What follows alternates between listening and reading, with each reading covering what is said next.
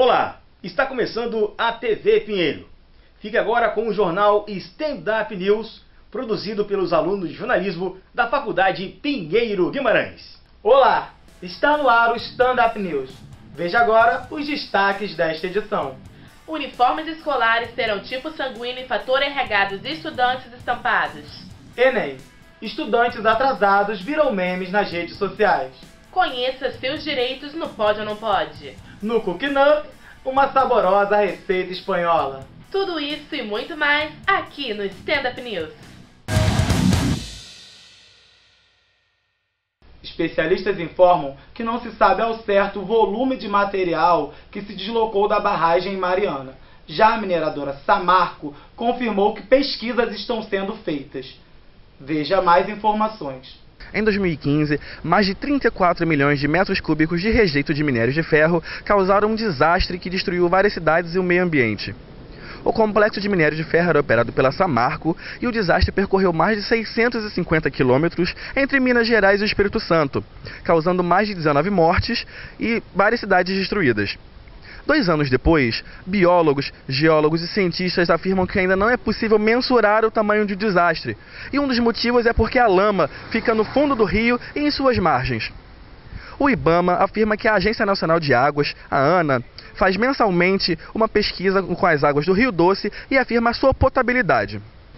Enquanto isso, mais de 300 famílias vivem de aluguel social pago pela Samarco, e tudo o que elas querem é voltar para suas casas. Diego Melo para o Stand Up News. O fim de ano está chegando e com ele as compras de Natal. Muita gente espera as promoções de novembro para economizar com os presentes. A estimativa do comércio é que o consumidor antecipe as aquisições de fim de ano na Black Friday, que deve vender 15% a mais que o ano passado. A pesquisa feita pelo Clube de Diretores de Logística do Rio de Janeiro revela que cerca de 80% das lojas físicas terão descontos e promoções na Black Friday, que acontece na próxima semana. Os descontos vão de 35% a 80% durante a semana de ofertas.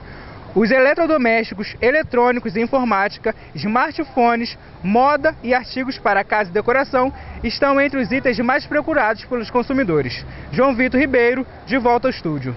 Veja no próximo bloco. Atrasados do Enem, mais uma vez viram memes nas redes sociais. Lei determina mudanças nos uniformes escolares. Não saia daí, o Stand Up News volta já.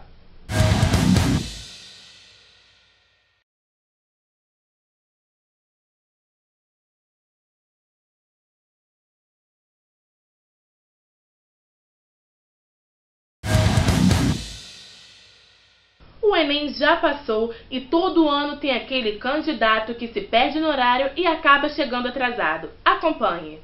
Criado em 1998, o Exame Nacional do Ensino Médio, mais conhecido como Enem, é realizado anualmente pelos estudantes da rede pública e privada para concorrer a uma vaga no ensino superior através do SISU, ProUni ou até mesmo financiar os estudos em uma universidade particular pelo FIES. Mas neste ano houve algumas mudanças na realização das provas. Ao invés de ser realizada em um final de semana, agora a avaliação é realizada em 2 domingos. Porém, o fechamento dos portões continua ocorrendo a 1h da tarde no horário de Brasília. Mesmo assim, passa ano e entra ano e em todas as edições do Enem tem aquele famoso meme de quem chega atrasado e acaba perdendo uma das provas mais importantes para conseguir ingressar em uma faculdade. Foi até criada a hashtag Show dos Atrasados nas redes sociais para os candidatos que perdem a hora e viram piada na internet. E vocês, Antônio Gadelha e Joyce Vitória, o que acharam dos memes deste ano? Pois é, Gabi, é triste porque apesar de provocar muitas risadas, é ruim que as pessoas percam essa chance. Não é, Antônio? Sim, é totalmente lamentável essa situação, Joyce. Justiça do Rio de Janeiro autoriza a lei que permite alunos das redes privadas e públicas a utilizarem em seus uniformes o fator RH e o tipo sanguíneo. A lei proposta pelo vereador Renato Moura, do PDT, foi promulgada em março de 2016 e contestada judicialmente pela Prefeitura. Agora, o órgão especial do Tribunal de Justiça do Estado decidiu que não há inconstitucionalidade na Lei 6.062, que pede que os uniformes tenham o tipo sanguíneo e o fator RH do aluno. Sendo assim, o uniforme das escolas da rede pública e privada deverão ter as identificações afixadas na parte dianteira superior direita da peça dos uniformes, sejam eles blusões, camisas, camisetas ou agasalhos. Segundo o órgão especial do Tribunal de Justiça do Estado, essa é uma medida viável e que não gera tanto custo ao poder público. As informações poderão ser pintadas, bordadas ou afixadas de outra forma, desde que sejam duradouras e permanentes. A Prefeitura informa que só se manifestará sobre a decisão após ser intimada oficialmente. Edilson Barçoski, voltamos ao estúdio. Quer relembrar como era o Rio Antigo, comparando com os dias de hoje? Confira a exposição fotográfica que une em uma mesma imagem fotografias dos pontos principais do Rio de Janeiro no século XX e XXI. A exposição fotográfica Augusto Malta Revival, o olhar documental de Augusto Malta pelas lentes de Marcelo Cavalcante, mescla fotos do Rio Antigo registrado pelo fotógrafo oficial do Rio de Janeiro, Augusto Malta, no início do século XX com o trabalho atual do fotógrafo e designer Marcelo Cavalcante. A montagem é feita através de um trabalho de edição de imagem. O resultado, que mistura o antigo com o contemporâneo da cidade, você pode conferir no espaço Maré Desi, que fica na rua Pedro Américo 270, no bairro do Catete, zona sul do Rio de Janeiro. A casa funciona de terça a sexta-feira, das 9 às 20 horas. Nos finais de semana e feriados, das 9 às 20 horas também. A mostra fica até dia 31 de dezembro. A entrada é gratuita. Depois do intervalo, uma receita da culinária espanhola no nosso Cooking Up. Afinal, estacionamentos são responsáveis por objetos perdidos e danos nos veículos? E dicas no nosso quadro cultural. Não saia daí!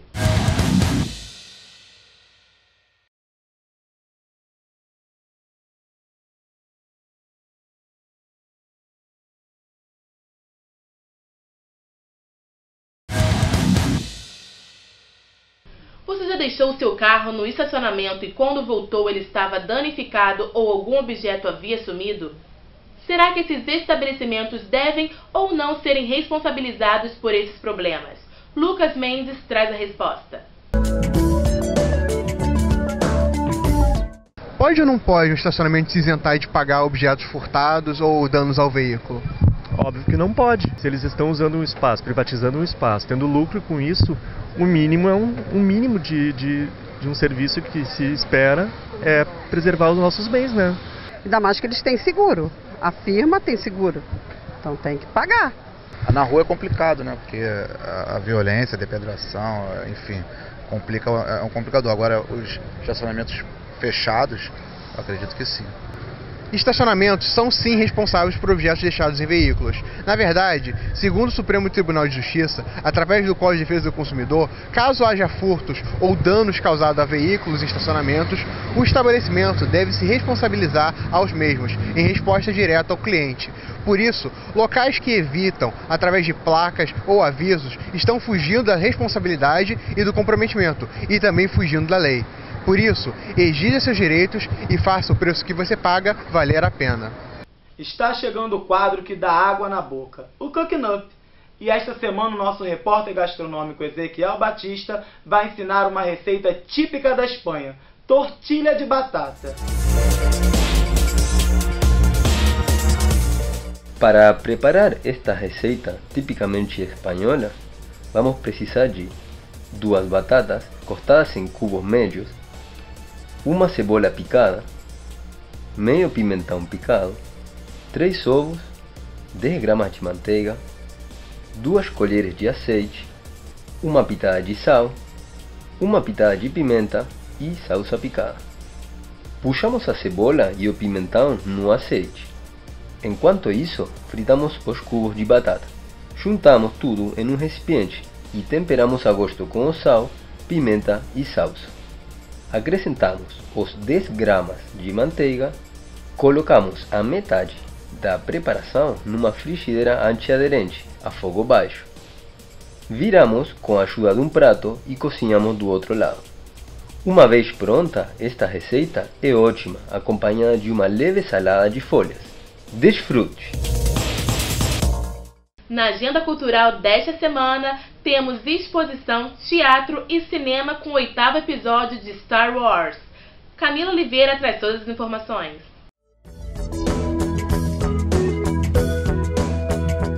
A Caixa Cultural traz a exposição A Construção do Patrimônio. A mostra apresenta mais de 120 obras entre documentos raros, quadros e esculturas que mostram importantes momentos da história da política e preservação do Brasil. Em cartaz até o dia 22 de dezembro, de terça a domingo, das 10 da manhã às 9 da noite, e com a entrada franca. A peça Hamlet entra em cartaz na Cidade Maravilhosa. A proposta do espetáculo é uma releitura do clássico, escrito por William Shakespeare, trazendo um protagonista contemporâneo. Em exibição até o dia 9 de dezembro, quintas e sextas às 9h30 da noite e aos sábados às 9 da noite, com ingressos no valor de R$ 40 inteira e 20 a meia. E para os fãs da saga Star Wars, tem novidade por aí. O tão esperado episódio 8 mostra a protagonista Rey tentando aprender o poder da força com a ajuda do Jedi Luke Skywalker, além de mostrar o grande vilão Kylo Ren reerguendo a Primeira Ordem para enfrentar a Aliança Rebelde. O filme entra em cartaz no dia 14 de dezembro em todos os cinemas do país. O Stand Up News fica por aqui. Você pode rever essa e outras edições no nosso canal no YouTube. Até a próxima!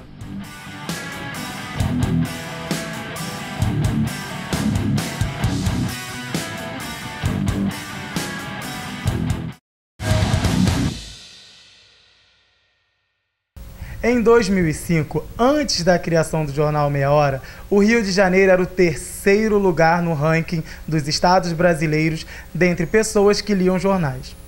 Após 6 meses, o Rio de Janeiro chegou a ocupar o 1º lugar.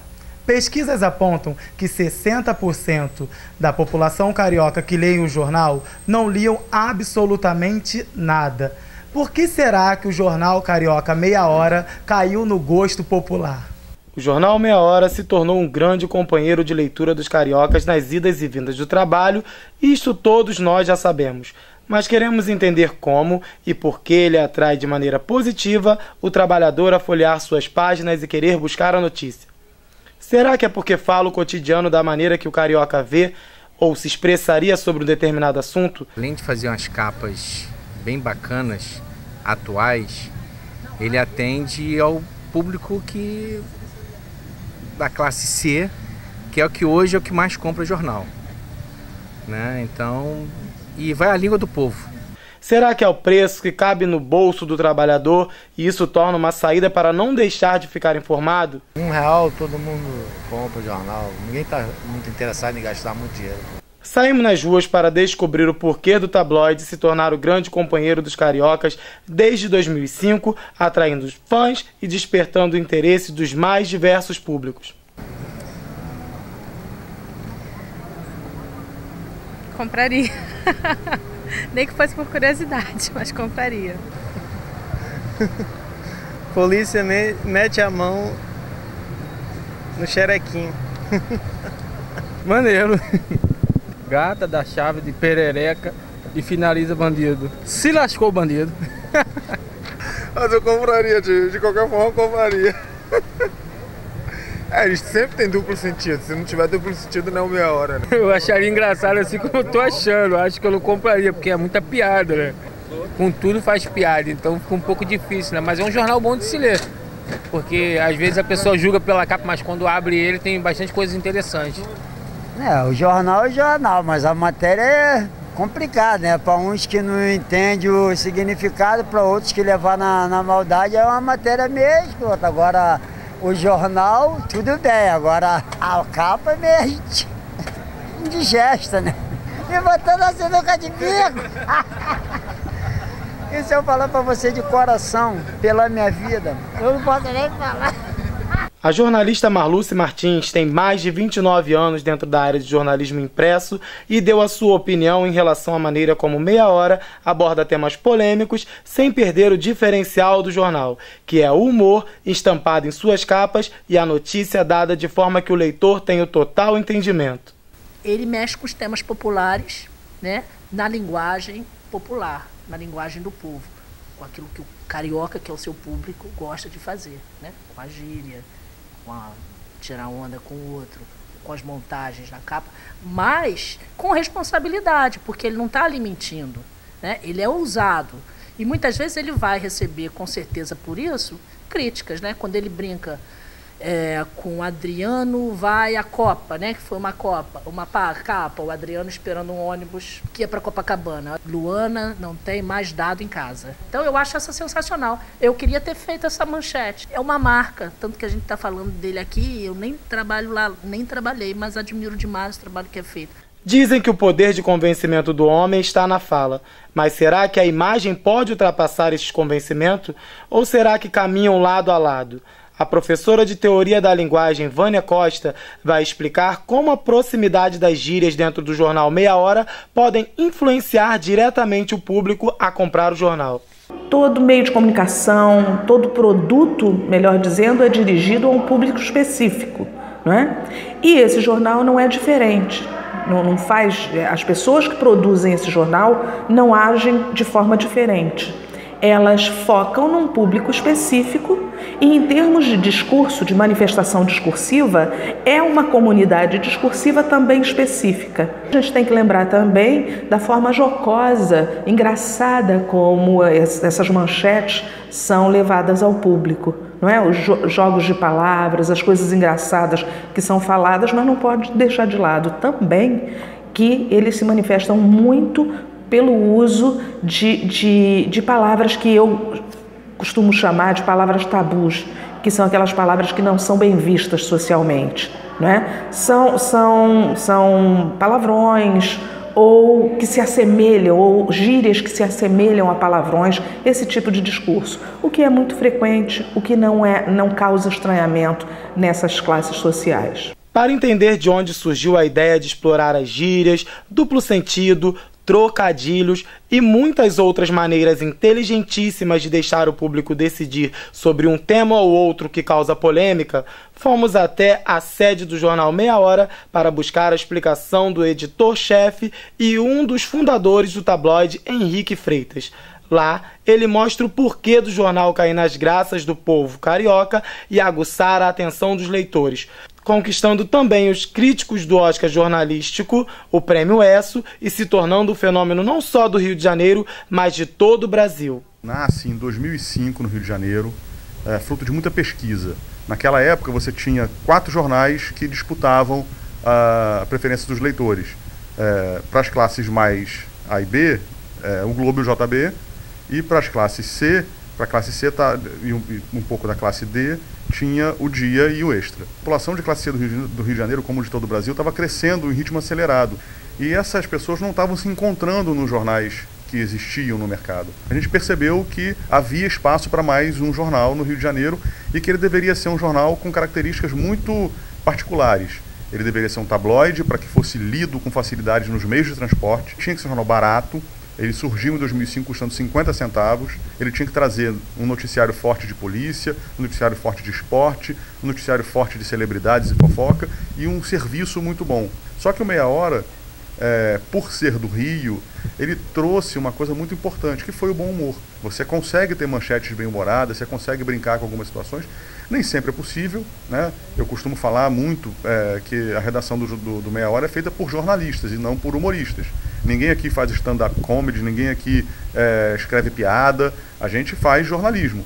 Só que a gente tenta buscar um olhar inusitado diferente para a notícia, porque a gente sabe que isso vai agradar o nosso público. Sabe que o nosso leitor, ele tem um linguajar mais solto, mais tranquilo, gosta de brincar com as palavras. Então a gente vai atrás disso, a gente vai para a rua, quando a gente está na rua, a gente fica ouvindo o que as pessoas estão falando, a gente ouve rádio popular, a gente costuma circular nos lugares de grande concentração de nossos leitores. Muitas vezes a gente vai andar pela cidade, vai andar de trem, vai andar de metrô, vai andar de ônibus, com o intuito de aprender. de ouvir, de deixar o ouvido bem aberto e fazer da nossa cabeça uma esponja de informação, para depois a gente filtrar tudo aquilo que a gente identificou de interessante e conseguir passar essa verdade para o nosso leitor. A gente tem capas que são feitas coletivamente, a gente tem capas que são feitas por sugestão de outras pessoas que não são nem da redação, pessoas que são de outras áreas da redação. Apesar de trabalhar com humor e falar a linguagem do povo, o jornal trata com responsabilidade e seriedade na hora de passar a informação para os seus leitores. As capas podem até ser bem-humoradas, mas o conteúdo, ele é bastante sério. Fazendo um resumo disso, acho que o segredo do Meia Hora é ele ser um jornal de verdade. Ele fala a verdade do leitor. Cada vez mais, o mercado da beleza e da estética vem conquistando espaço e importância na vida dos brasileiros. No dia a dia, eu costumo acordar, limpar meu rosto com fluido de limpeza facial, protetor, que é o mais importante no dia a dia, e uma pasta no cabelo para deixar ele o dia inteiro do jeito que ele é. Uso maquiagem todos os dias, uso bastante protetor solar e antes de dormir sempre eu limpo a pele com demaquilante bifásico e faço a limpeza normal também da pele. Apesar da crise vigente no país, os empreendedores têm visto chance de crescimento e investido em outras áreas do ramo. É o caso de Rogéria, que é proprietária de um salão de beleza na zona sul do Rio e afirma não ter sentido os efeitos do atual cenário econômico do país. Eu prefiro não falar na crise, eu falo assim, que o nosso trabalho, graças a Deus, que a gente oferece é bem procurado e a procura pelos tratamentos estéticos continua bom. De acordo com o levantamento do Sebrae, entre 2010 e 2015, o número de clínicas de estética no Brasil teve crescimento de quase 570%, se tornando o terceiro maior mercado deste segmento no mundo, ficando atrás somente da China e dos Estados Unidos. É visível também o crescimento do público masculino adepto a esses procedimentos. Os homens estão mais vaidosos e viram clientes muito fiéis quando aprovam os resultados. O cabeleireiro Isaías conta que os homens têm buscado novos procedimentos diariamente. Tendo muita procura de sobrancelha, depilação, geralmente, mas 90% é barba mesmo, que é uma tendência nova no mercado, que não é tão nova assim, mas que está popularizando nesse momento. Nosso aumento de clientela masculina está bem grande. A TV Pinheiro fica por aqui e te espero no próximo programa. Até lá!